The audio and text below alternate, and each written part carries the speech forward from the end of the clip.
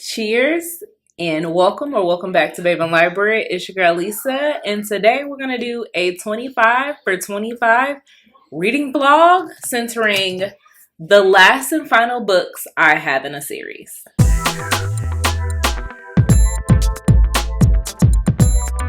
So it has been a while since I did a tipsy vlog with you all, and I'm not exactly sure if every clip I'm gonna have a glass of wine or a bottle of alcohol, but I think that also would be very entertaining.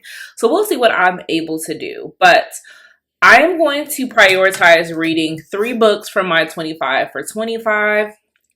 And I'm very strategic with my 25 for 25. One, I made every single book be a physical book, something that I own because I challenge myself to get my physical TBR down to 50%. I'm still sitting at 57%. And the fact that I keep going to bookish events and buying books doesn't help me, but this 25 for 25 will help me. The other thing that I will say is I specifically chose books that I needed to close out the series. So each one of the books that I'm going to be reading in this vlog is going to be the last and final in the series. Now, I'm currently drinking wine. I'm going to do my best not to spoil what happens in the series, but they're all interconnected standalone, so nothing in this vlog will be a continuation of anyone's story. Everyone is going to have their own time to shine, and so if I do spoil something, it's not spoiling the entire series, just what's happening in the book. But again, I'm going to do my best not to do that. So I'm going to ask you all, if you're watching this, I may do a drinking challenge. I may challenge you anytime I say when I tell you, because I realize editing, that's my catchphrase. If you say when I tell you and you have something, po up with me. Enjoy. The first book that I'm starting with is Madame by Sarah Kate. I have an ARC copy of this. I also had this physical copy. I had it signed when I went to see her in Illinois. I went just over the way to go in and go to a signing with her. And this has been on my TBR for about 2 years now. When did this come out? One moment. Yeah, this was released in 2023. It's now 2025. I need to get this off my shelves. This is the last and final book in the Salacious Players Club.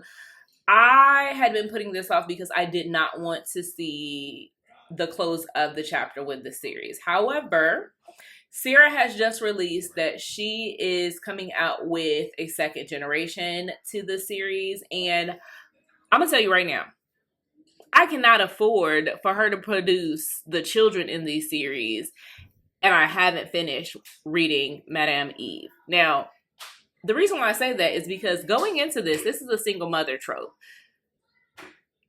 Eden's child, Jack, is already 7 at this point. Literally, his birthday is one of the first things that we get to see.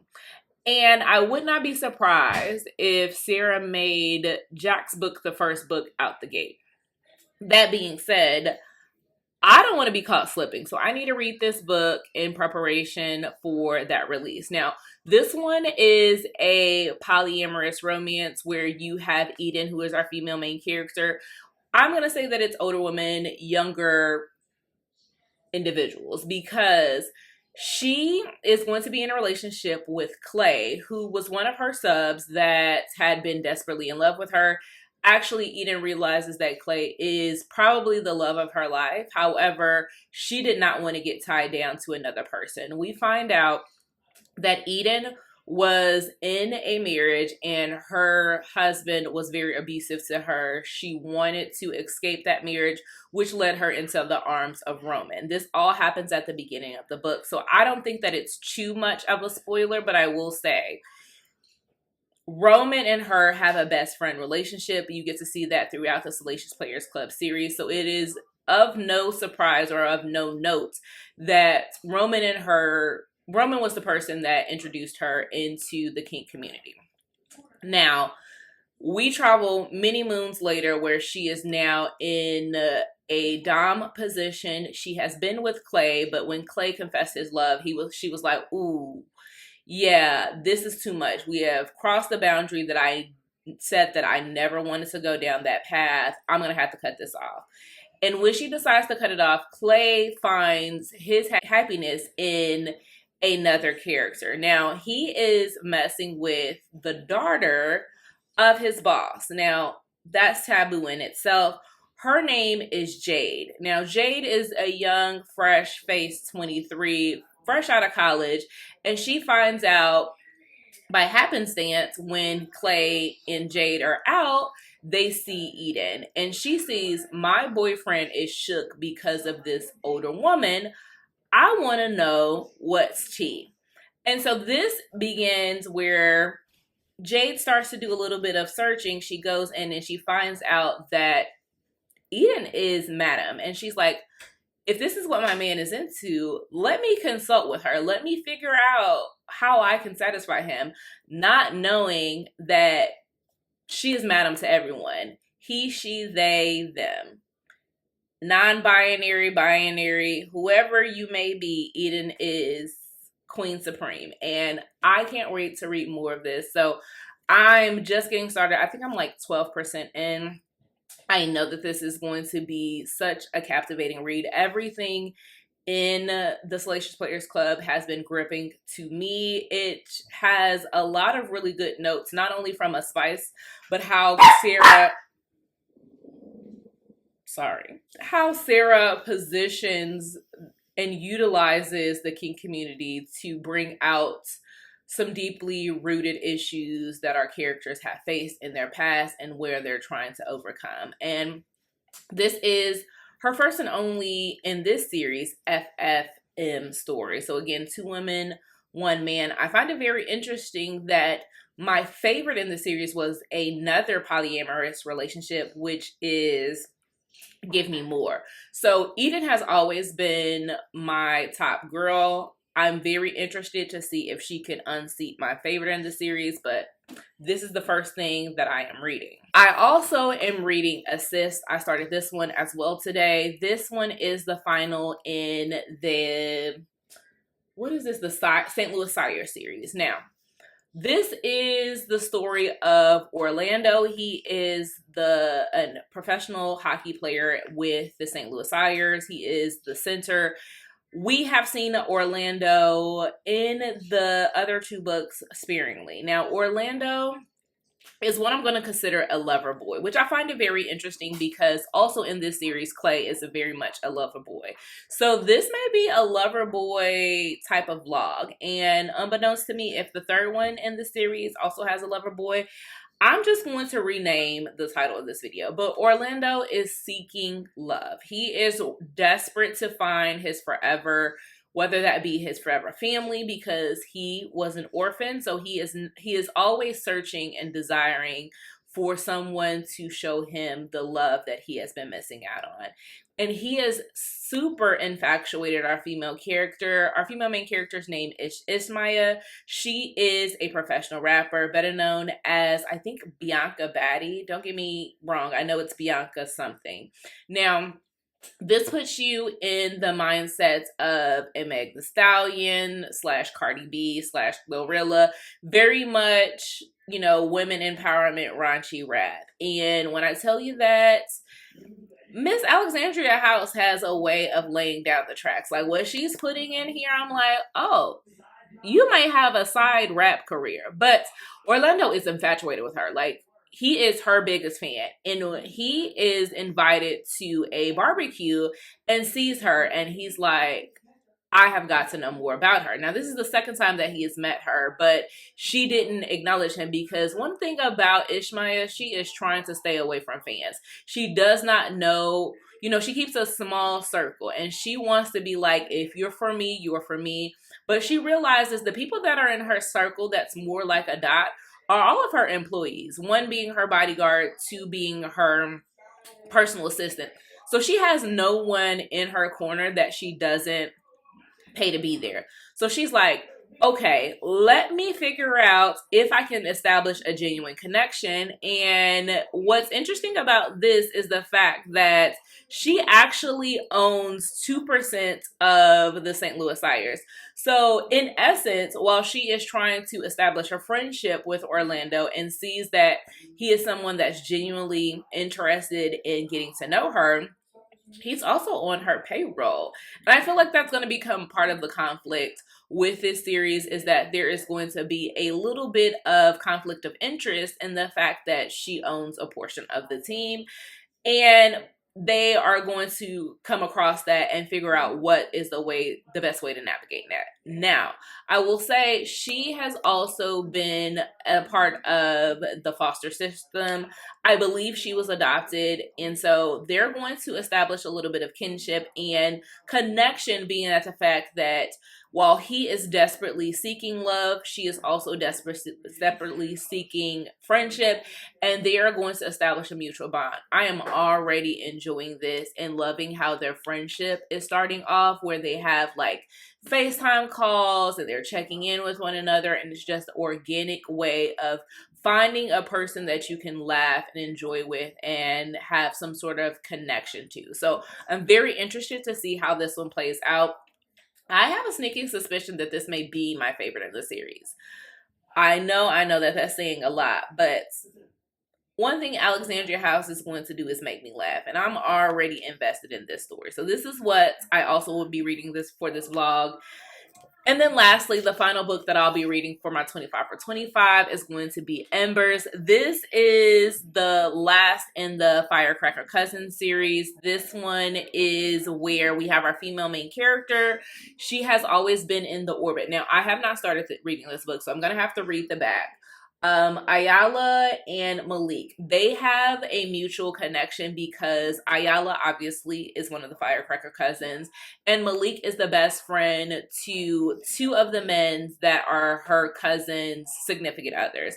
So they've always been in each other's orbit. I believe they have a one night stand, which she becomes pregnant. Now, as you can see, this is not any surprise.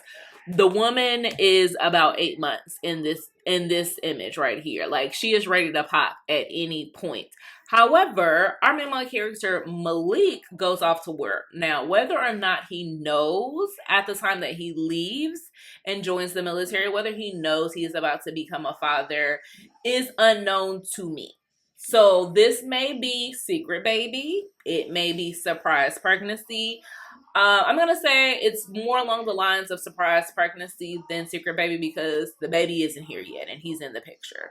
I'm very interested to see how this goes, because I have a feeling that Ayala is going to be like, no, don't change your life. I can do it for myself. I just wanted to let you know. And he's like, what you mean, my girl? Like, we go together. Like, you're having my child. We are now committed and we are now as one. I'm going to make sure that you and the baby are protected, and I want to be there every step of the way. I have a feeling that this is what this is going to give, and if so, I'm very interested. Let's see how this goes.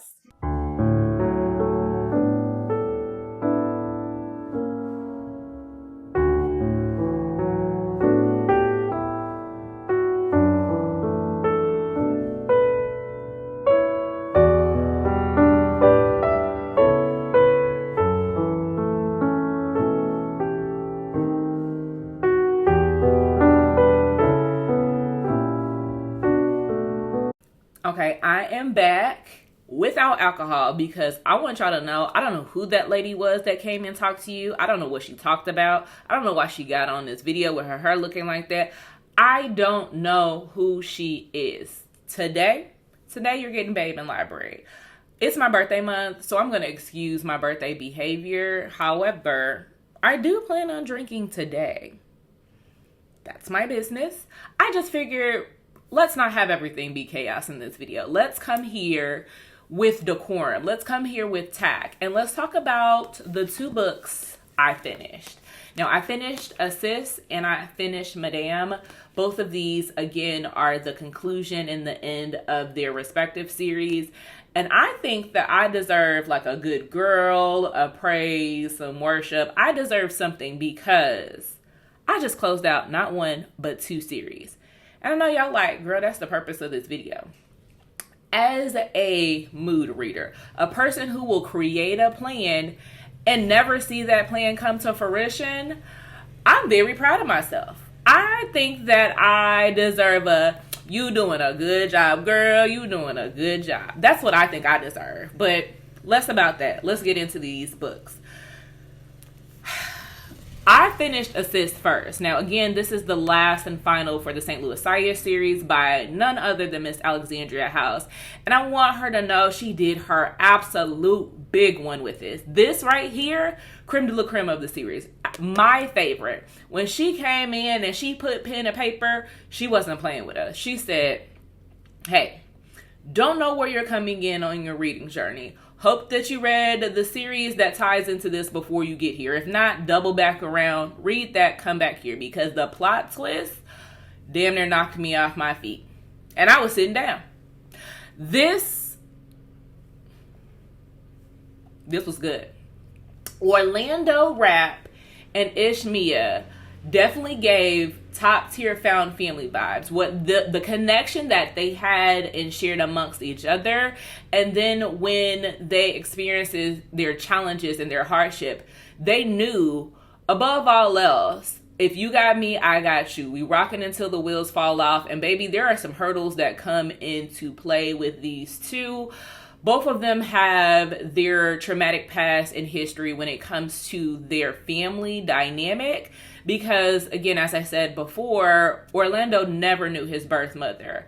We do get to find out who his birth father is. And let me tell you, if you've read Alexandria House's work,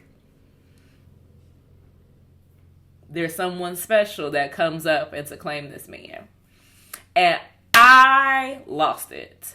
Then when it comes to her, Esmia has never had that maternal bond with her mother, and her adopted mother can kick rocks with open toes, no sandals, nothing but the bare feet that she has. And I hope she's kicking boulders. That's what I want you to know. She will be in my next family I'd like to fight, which is coming very, very soon, if it hasn't already come out at this point. But enough about that dynamic. I will tell you, I thoroughly enjoyed them.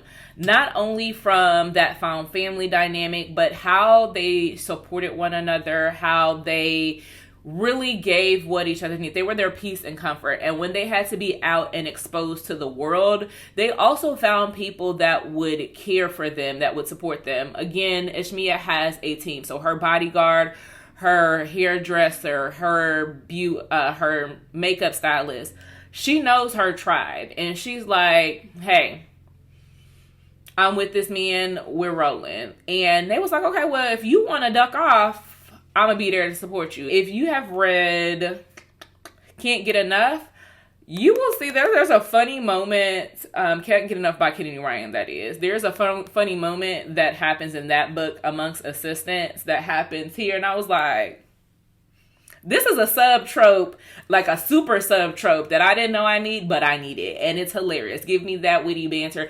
Give me people's love story and other people's love stories. I want to know how everybody getting down. I love being able to see the dynamic between Rap and Ford, Rap and Jones. Really, I encourage you to read this series in order.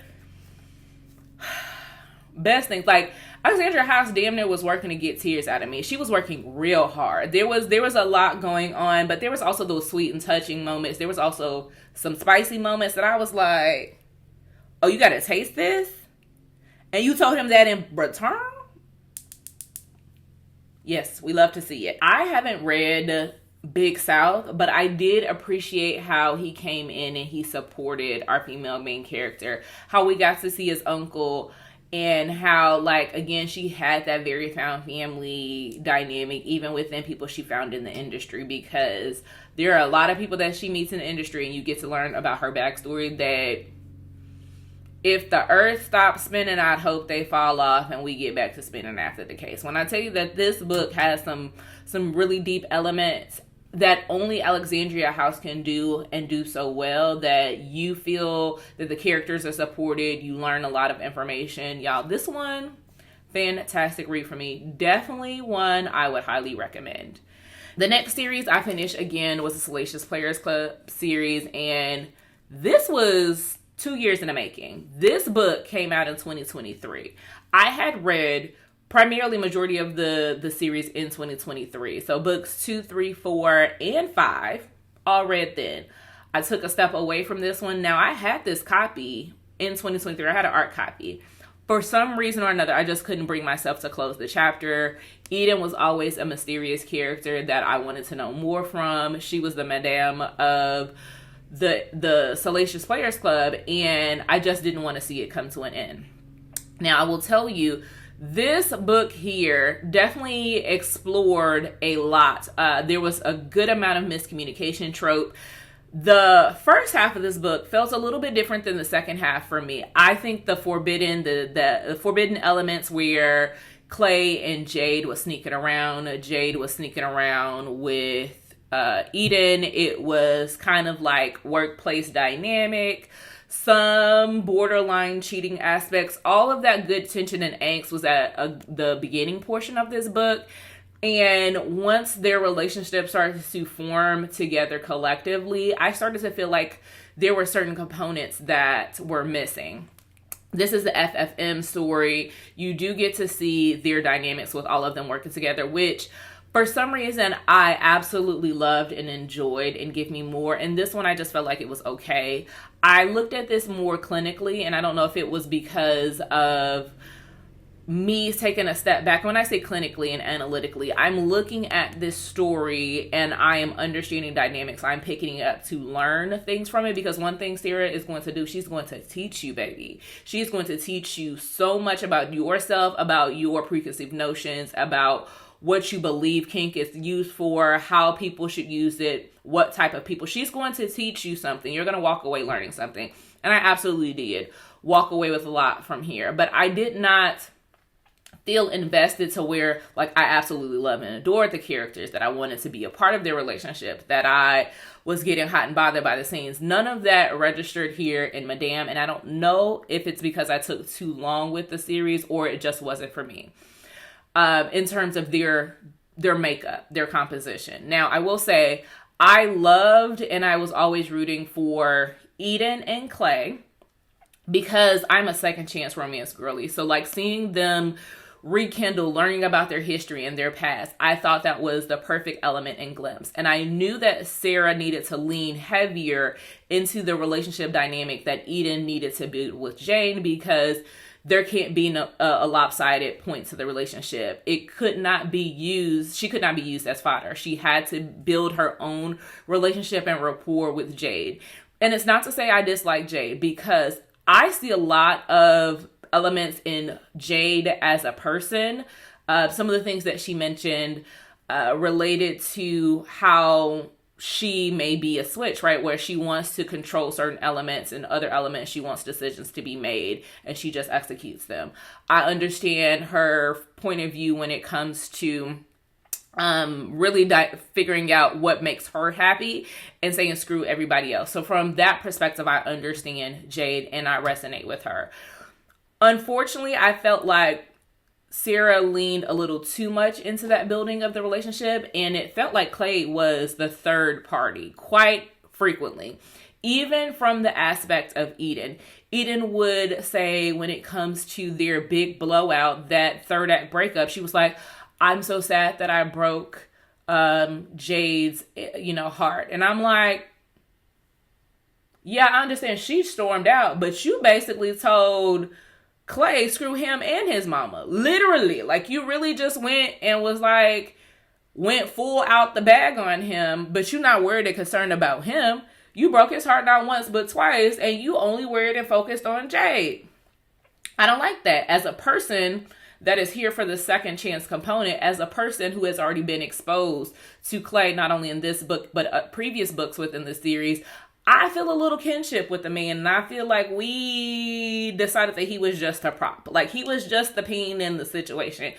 And that bothered me wholeheartedly. And again, I think that the relationship, I love seeing Eden bring Jade into her comfort zone and bring her out to understand the things that she desired and how she needed to put herself first, and that her pleasure and her enjoyment was important in the relationship. And I did enjoy starting to see Jade start to come around a little bit more. However, the other thing that I think missed point and the opportunity that Sarah Kate had, because Jade is new to not only the kink community, but new to the sexual experience of being with a woman. Really, she's new to a lot of dynamics. I think Clay is her first boyfriend.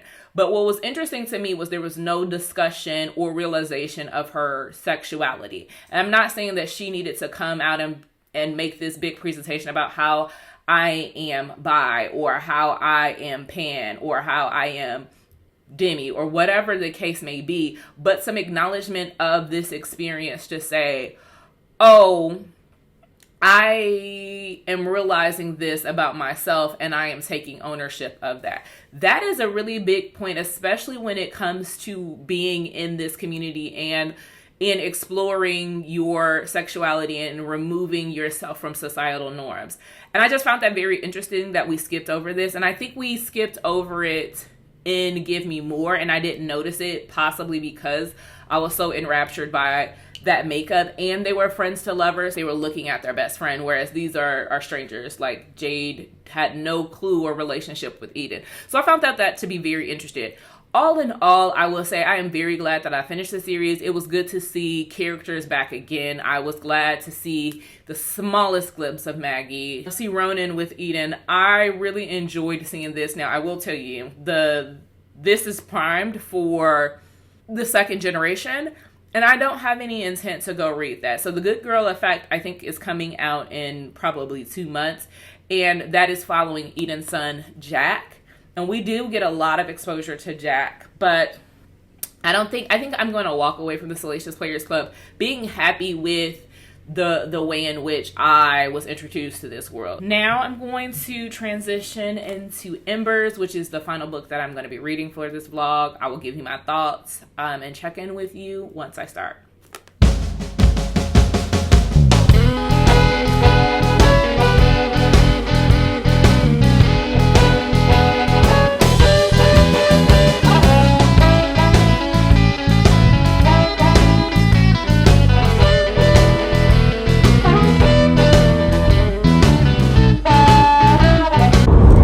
Alright, y'all, I am here to do a check-in. I did start Embers by A.H. Cunningham. This is the last and final book in the Firecracker Cousins.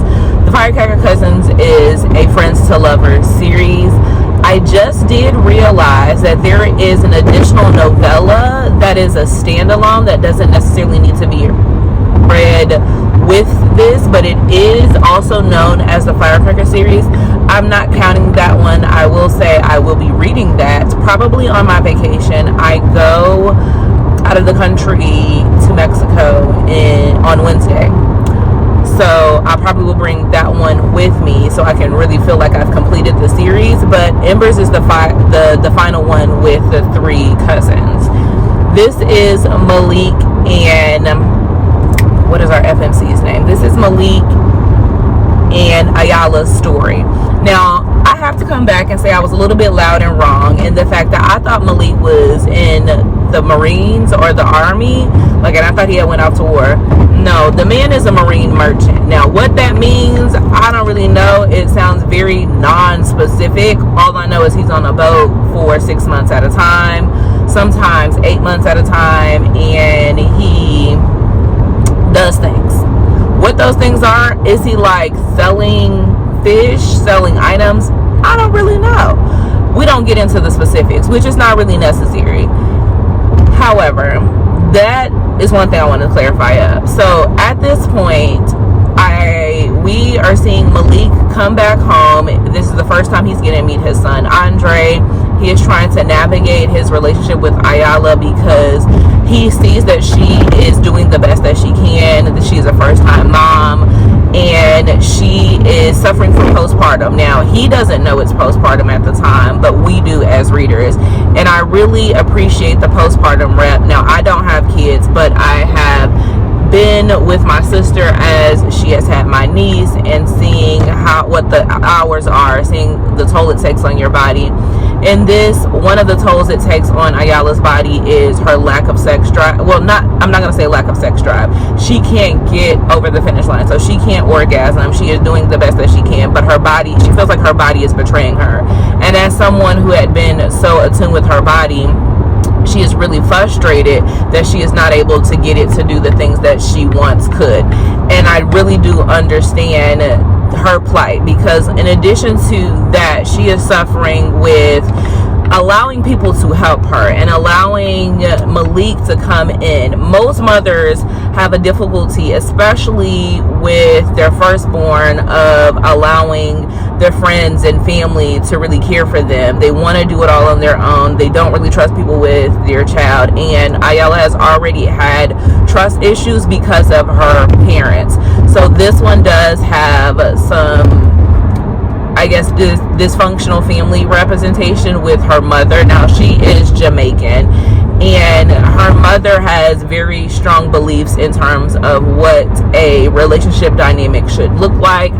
And her mother, I feel like, is being meddlesome. I want to say that she decided to go back to New York and said that her father was back in town and she needed to be with her man, which could very well be true. That is part of Ayala's issues. But she could also be meddlesome and knowing that she wants her daughter and Malik to be together. And so she's forcing them to be in close proximity. So this is friends to lover, forced proximity type of relationship. And Malik's there and he's trying his best. Now, he is trying to respect Ayala because he really has started to see her in another light and he wants to be with her, but she is keeping firm boundaries. She's like, nah, we're not going to do this. We're going to co-parent. That's it. That's all.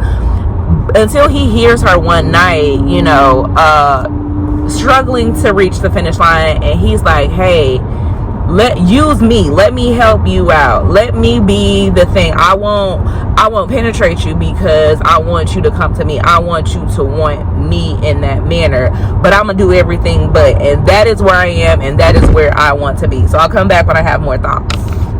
Alright, I'm here to wrap up this video by telling you I did finish Embers by H. Cunningham. This one I finished about 3 or 4 days ago, and this one right here, this is A.H. Cunningham's favorite in the series. Now, me personally, my favorite is going to be Ablaze, but I can see why A.H. is so connected to these characters. Personally, I feel like it required her to write in a different manner. The depths in which Malik and Ayala needed for their development was a lot heavier in this book because, one, they're dealing with a different dynamic of them being parents. So far in the story of the Firecracker Cousins, none of them have had kids as of yet. Our first couple did not want kids. Our second couple just started their relationship, so they didn't have that connection. This couple had been friends for so long, and now they are now parents and co-parenting. And I will tell you, one of the things that I loved is being able to see Malik being the greatest father. I don't think I've seen the level of attentiveness to having a child, specifically a newborn, that I've seen called forth in this character. This man had words of affirmation and acts of service down pat. He was the perfect stay-at-home husband. When we talk about stay-at-home husbands, we just rarely give them any credit, but Malik showed what a stay-at-home husband could do to provide for not only his family, but for the mother of his child, and how he called forth to build a different dynamic and show up in the ways in which she needs her, which I really liked because, again, it also lent to the particular kink that was used in this book, which would be daddy kink. And I know it seems very, very weird to say that, but he knew that, one, Ayala had daddy issues, and so he showed up as the person that was her pleasure dom, in my personal opinion. We never explored what that dynamic was other than daddy and baby girl, but not in a creepy way, but in a way of, I want to provide for you. I want to give you that soft life. I want you to know you don't have to carry the world on your shoulders. I will do my part to help you from a co-parenting situation. And that really helps him out, because the thing that we learn about Malik is he has a desire to be needed. He has to be able to provide. He has to be able to make sure that the ones that he loved for are cared for. So being that he could easily step into that dynamic once Ayala allowed him to, their relationships worked so well. They really meshed and gelled with one another. So that is where this particular kink worked for their relationship dynamic. I will say one of the things that I loved was how he subtly found ways to build her up. I think the most touching and beautiful scene was when Ayala was experiencing body dysmorphia, right?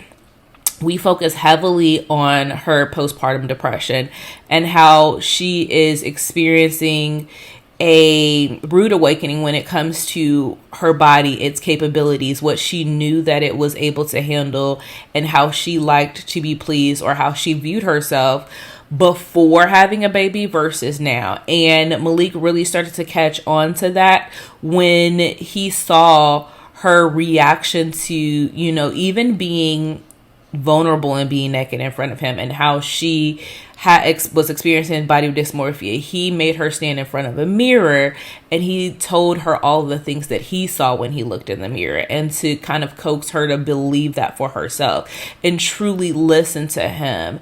I thought that was one of the most beautiful, touching scenes. And I love that A.H. Cunningham really showed the impacts of what having a child could do to a woman, her mentally, her physically, her emotionally, and how she really deserves and needs a partner that will help her through it. Not only to just say the things, but be there and, really encourage her. I loved this particular dynamic. I was interested to learn more about, his family dynamic and his situation, because I felt like the relationship between him and his brother as it dealt with their parents, that was a very interesting concept, and I'm surprised it didn't blow up well before now. And I think there's a discussion that could be had about whose fault that it was that it got so far that the brothers